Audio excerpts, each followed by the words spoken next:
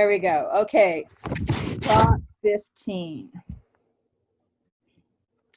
Should the California Constitution be amended so that most commercial and industrial property is reassessed on a regular basis? People who support Prop 15 say that commercial property owners should pay property taxes based on what their holdings are really worth, and that taxes from Prop 15 will help pay for important public services such as schools and fire departments. The folks against Prop 15 say that raising taxes will increase the cost of everything that people buy, including food, gas, and health care, and that Prop 15 will hurt small businesses that are struggling during the current pandemic. So let's begin with opening statements and we'll begin with the pro side, Lenny Goldberg. Hi, thank you for having me. Thank you to the League of Women Voters and to the Land Park Community Association. The current system is thoroughly broken. There are companies that have not been reassessed that are paying taxes based on 1975 values or 85 values or 95 values. Think of this, no one can defend or ever has been able to defend the current system, which is full of loopholes, of tax avoidance. And what it does is it shifts the burden significantly to residents and homeowners. It also leads to fees, exactions, mitigations falling on both business and ordinary people. So we do what virtually every other state does.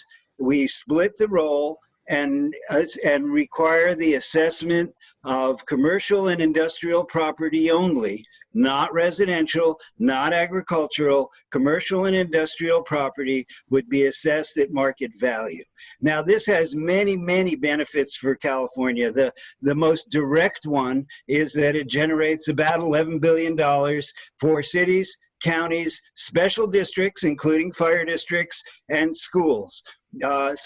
We've been nickel and diming and cutting back in services for many, many years. This will help revitalize our local governments. It's all property tax, so it all goes to local governments as they currently are apportioned, with the exception of schools, because schools have to be distributed on an equitable basis statewide.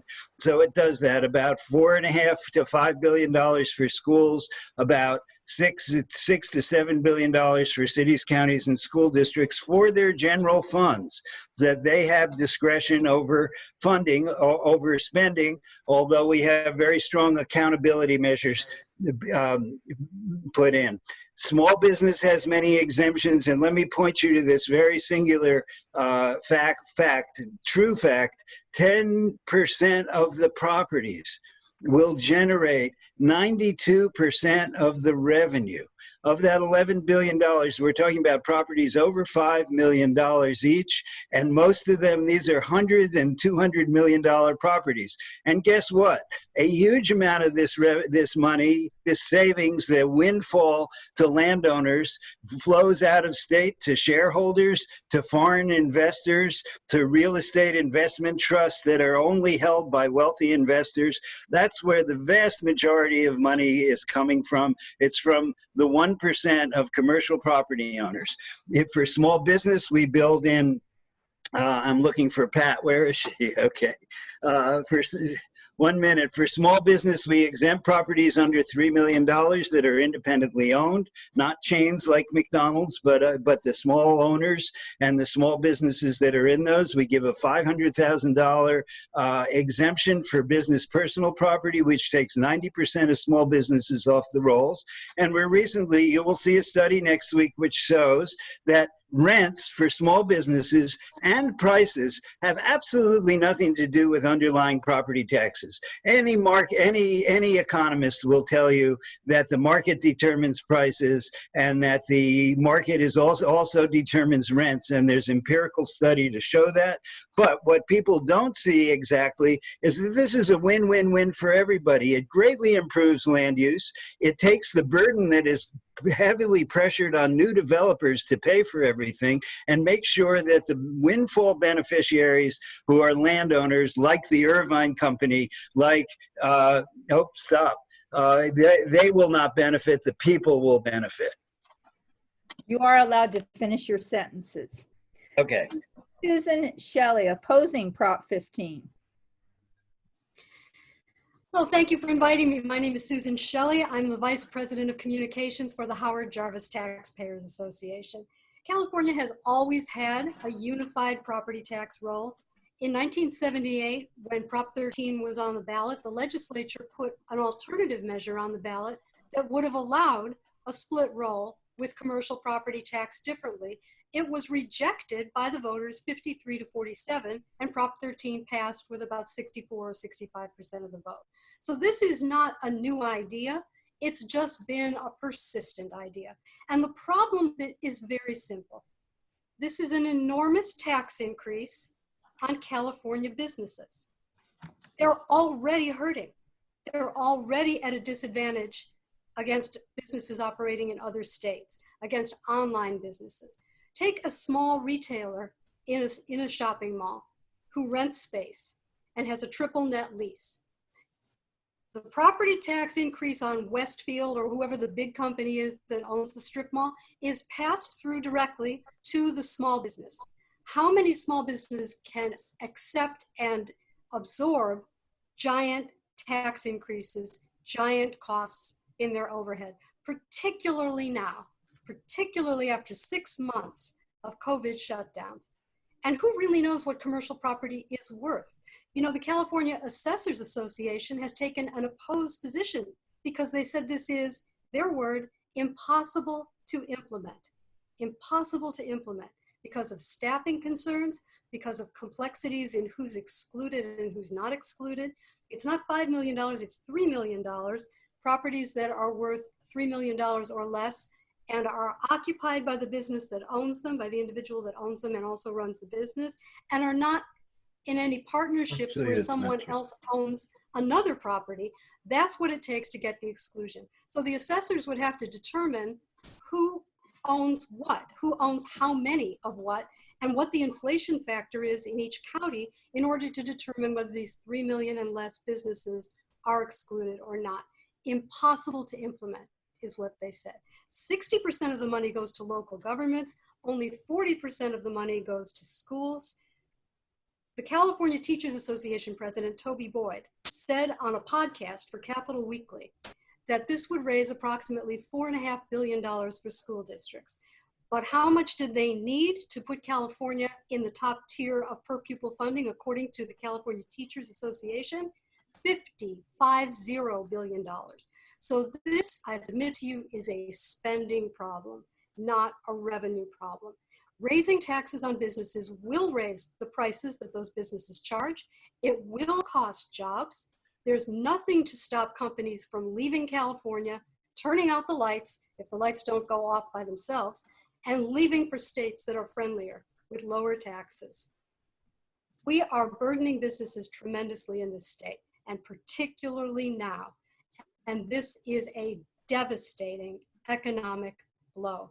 We have seen with COVID what happens when you shut businesses down and how government revenue declines. What happens when these businesses leave and they take their high salaried workers with them and they go to places like New York, as Google could, as Facebook could, where they already have campuses. This could be devastating for the California budget, not helpful to the California budget, not helpful to the school districts, devastating to the school districts as the Prop 98 guarantee drops with budget revenues. I urge you to oppose this measure. It's really bad timing for it. It wasn't a good idea to start with, and now it's a catastrophe. Thank you very much.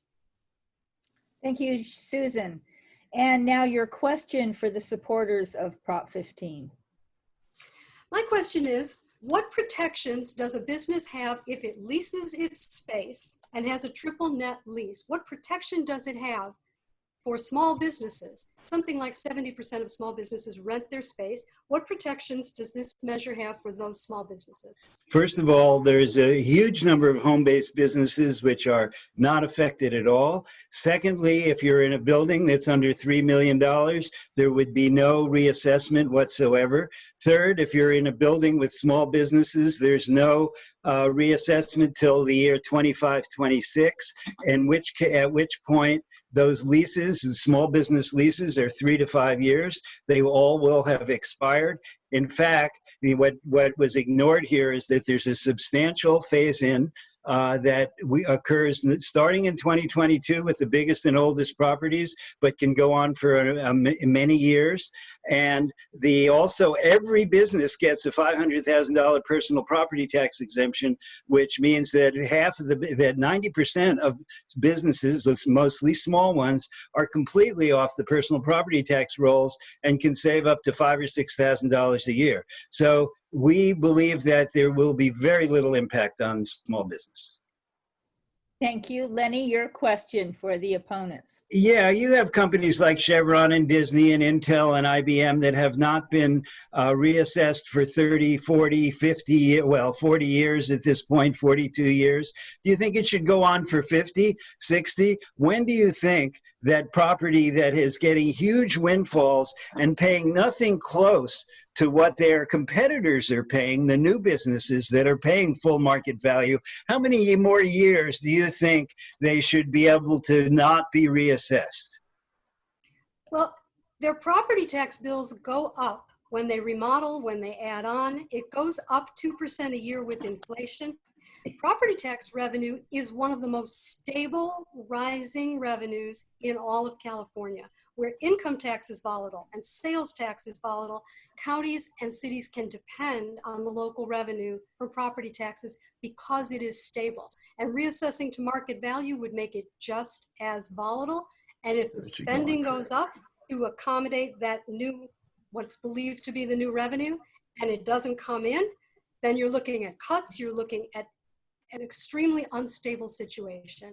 So raising taxes on businesses is a bad idea in California. It will cost jobs, it will raise prices, it will be damaging to the state budget.